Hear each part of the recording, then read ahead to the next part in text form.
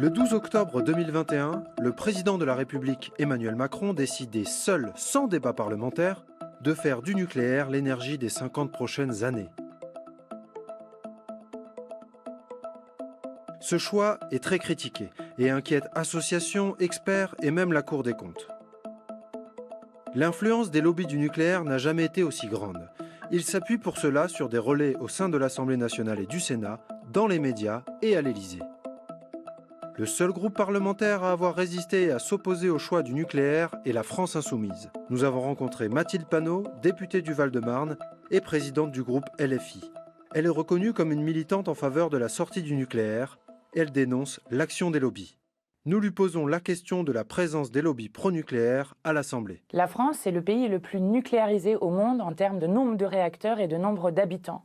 Le nucléaire en France, c'est un dogme d'État. Nous avons un lobby qui n'est pas seulement EDF, Orano anciennement Areva, mais qui est infiltré dans l'État lui-même. Et d'ailleurs, rappelez-vous toujours que Emmanuel Macron a choisi comme Premier ministre Édouard Philippe, qui était directeur des affaires publiques chez Areva, maintenant Orano. Donc nous avons un président de la République qui est le lobby nucléaire à lui tout seul. Nous lui avons soumis les 4 arguments avancés par les lobbies du nucléaire pour défendre leur business. Premier argument, à l'instar du PDG d'EDF, les lobbies affirment que le nucléaire serait une énergie propre qui respecte le climat. Le nucléaire produit des déchets dont on ne sait que faire. Là, pour l'instant, on les envoie en Sibérie. La nouvelle idée, c'est de les enfouir sous terre, à Bure, avec beaucoup d'opposition et beaucoup de répression.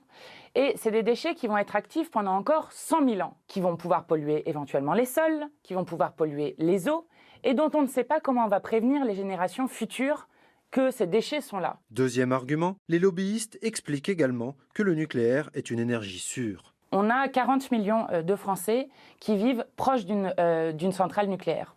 Ça veut dire que l'ensemble de la population française est sous un risque nucléaire.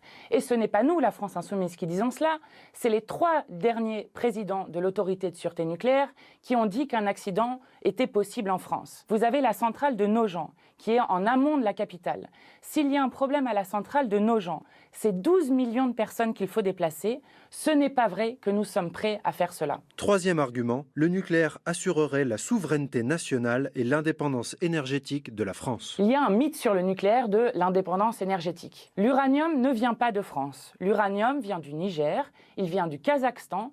Donc non, le nucléaire ne permet pas une indépendance énergétique française. Quatrième argument, l'énergie nucléaire serait, comme le prétend EDF, une énergie plus compétitive et moins chère. Aujourd'hui, l'énergie nucléaire est plus chère que les énergies renouvelables. D'autant plus que nous devons mettre 100 à 150 milliards d'euros pour ce qu'on appelle le grand carénage, c'est-à-dire le grand rafistolage des centrales pour continuer leur durée de vie. Donc aujourd'hui, les énergies renouvelables sont moins chères et ce qu'il faut décider, c'est est-ce que ces 100 à 150 milliards, on le met pour continuer coûte que coûte une énergie qui est dangereuse, qui produit des déchets dont on ne sait que faire, qui est dangereuse pour les salariés et qui coûte plus cher, ou est-ce qu'on investit cet argent justement dans les énergies renouvelables? C'est ce choix démocratique que nous devons faire. Pour Jean-Luc Mélenchon, député des Bouches-du-Rhône, la sortie du nucléaire est la seule solution qui prenne en compte les multiples impacts du réchauffement climatique, mais aussi un moyen de travailler plus efficacement à la paix. Pourquoi on est obligé de passer par le nucléaire alors qu'on peut faire autrement? L'esprit humain a atteint son sommet absolu après la bougie, le feu de bois, l'électricité. Maintenant, nous avons le nucléaire, c'est fini.